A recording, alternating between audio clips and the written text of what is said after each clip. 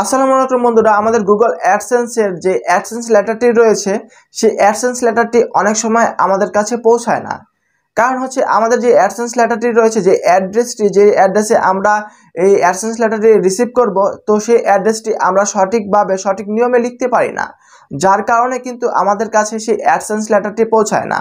তো আমরা আজকে আপনাদের দেখাবো কিভাবে আপনি আপনার যে অ্যাডসেন্স লেটারে যে অ্যাড্রেসটি রয়েছে সেই অ্যাড্রেসটি সঠিক নিয়মে কিভাবে লিখবেন এবং পুনরায় কিভাবে আবেদন করে সেই অ্যাডসেন্স লেটারটি আপনি পেতে পারেন, সেই প্রসেসটি কিন্তু আজকের এই ভিডিওতে আমি আপনাদের দেখাবো।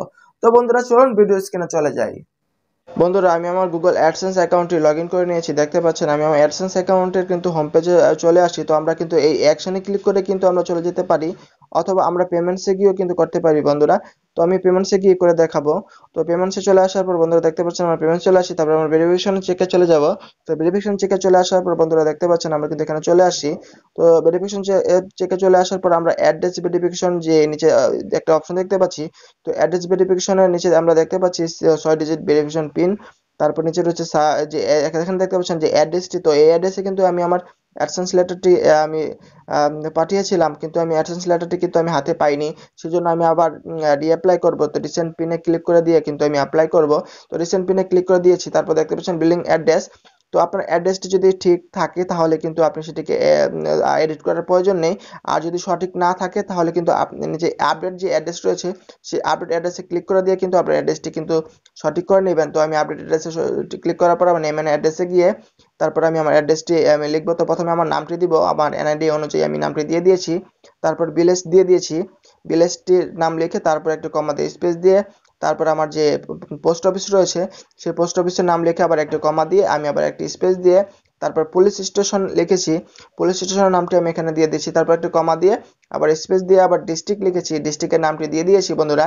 দেওয়ার পর দেখতে পাচ্ছেন বন্ধুরা, তারপর আমি সেকেন্ড লাইনে কিন্তু আমার মোবাইল নাম্বারটি দিয়ে দিয়েছি। তো অবশ্যই আপনি আপনার মোবাইল নাম্বারটি সেকেন্ড লাইনে দিয়ে দিবেন বন্ধুরা। তো দেখতে পাচ্ছেন আমি দিয়ে দিয়েছি।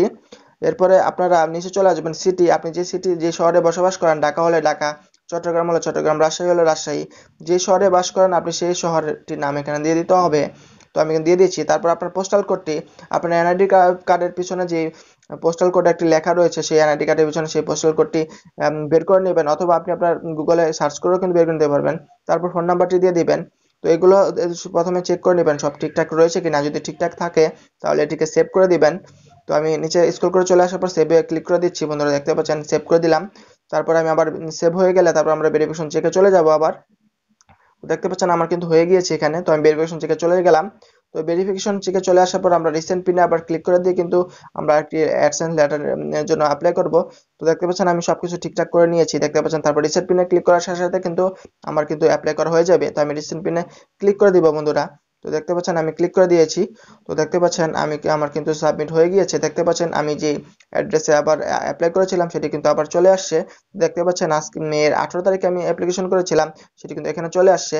তো আপনি কিন্তু এইভাবে খুব সহজে আপনি কিন্তু রিঅ্যাপ্লাই করতে পারবেন অ্যাডসেন্স পিনটি পাওয়ার জন্য বন্ধুরা।